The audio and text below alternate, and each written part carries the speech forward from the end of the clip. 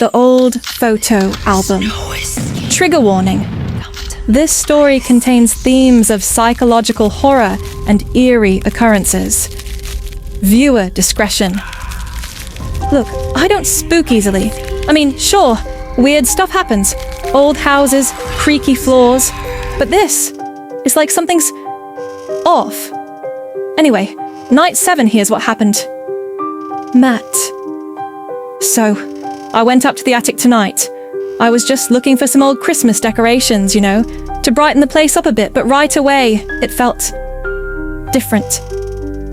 Freezing, first off. And you know how attics have that weird, musty smell. This time, it was like something had died up there. Then, I found this album. Just sitting there, in the corner, as if it was waiting for me. I know that sounds weird, but that's how it felt. This thing was old, like really old. Leather cover, cracked and faded, and just covered in dust. I almost didn't want to touch it, but you know how it is. Curiosity won out, and before I knew it, I'd opened the cover. First page, some black and white family photo from, like, the 40s. They're all around a Christmas tree and they're smiling, but not in a normal way. They looked stiff, almost fake. And then I noticed the kid in the photo, the one right in front. I swear to you, he looked exactly like me. At first I thought, okay, maybe I'm just seeing things, or maybe it's one of those old-timey photo things where everyone kind of looks the same. But the more I stared, the more it freaked me out. It was me, my face, my expression. It was like looking in a mirror, but one that had somehow been frozen in time decades ago. I kept turning pages, each one showing different families around Christmas trees, different decades, different clothes, and the faces. Oh man, this is where it got weird. I started seeing more people I recognized. A guy who looked just like my friend Jake, a girl who looked like my sister Anne. But they were all in these old photos, and their expressions were getting stranger with each page I turned. They didn't look happy. They looked terrified, like they were being forced to pose. And then I saw it. Another photo with me in it, or at least someone who looked exactly like me. But this time I wasn't smiling. My face was twisted, like I was scared out of my mind. My mouth was open, like I was in the middle of screaming, but I hadn't made a sound. And my eyes, they were hollow, like all the life had just been sucked right out of me. I tried to laugh it off, told myself, it's just some crazy old album. You're just freaking yourself out. But I couldn't stop looking. I don't know why, but I felt like I had to keep turning the pages. Like the album was daring me to finish it. And that's when it got worse. I flipped to a new page, and there I was again. But this time, it was a photo of me right now. Same clothes, same hair, same expression I had on my face while standing there in the attic, holding this creepy album. But in the picture, I wasn't alone. Behind me, there was this shadowy figure. I couldn't make out its face. It was just this blur, like someone had smudged it. But I could tell it was looking at me, its hand reaching out toward my shoulder. I whipped around, practically dropping the album. I felt my whole body go cold. I looked over my shoulder, convinced there'd be someone there, but the attic was empty. Just me and a bunch of dusty old boxes. But I could still feel it, like something was watching me. I turned back, but the album was different. The pages had started flipping on their own. I'm not kidding. The album was moving, like something invisible was going through it, one page at a time, faster and faster.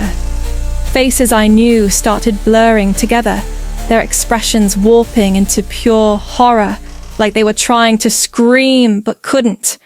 I could hear this faint whisper like someone saying, "Look, closer." I didn't want to, but it was like I had no choice. The pages stopped, landing on a picture I'd never seen before. It was me, but older, like I'd aged by a couple of decades. My face was gaunt, my eyes hollow, like I'd lived through 100 nightmares.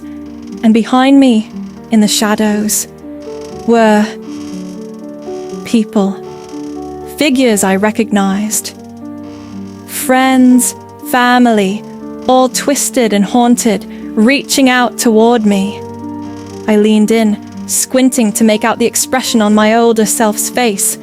His mouth was moving, barely, like he was trying to say something. I stared, piecing together each word, and it finally hit me. "Don't look." Before I even realized it, I'd taken a step back. My heart was pounding so hard it hurt. I wanted to slam the album shut, but I couldn't. I felt frozen, like I was stuck in place, forced to stare at this awful scene of myself, lost in some kind of nightmare. Then I heard it, a rustling noise from the corner of the attic. I whipped around, every muscle in my body tense, ready to see something. But the corner was empty, just shadows and more dusty boxes. But the feeling was still there, that feeling of being watched, of something waiting for me.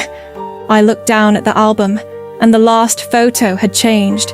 Now it was me, standing right there in the attic, looking exactly how I looked right then. But with one difference.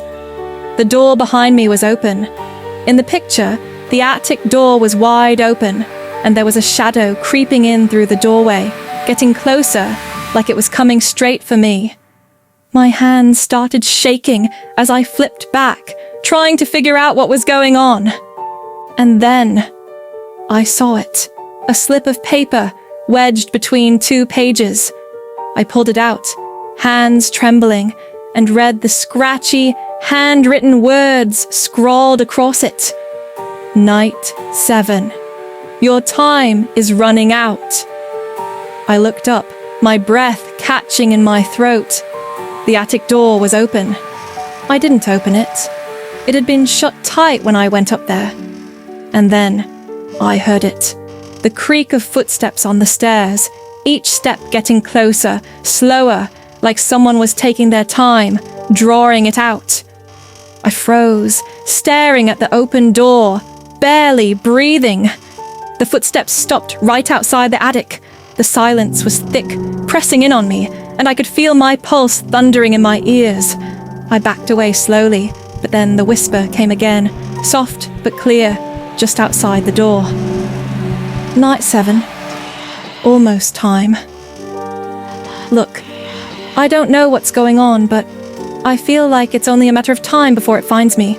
Just be careful. And whatever you do, don't go looking in old photo albums. Some things are meant to stay hidden. Thanks for watching Night 7 of the 12 Nights of Terror.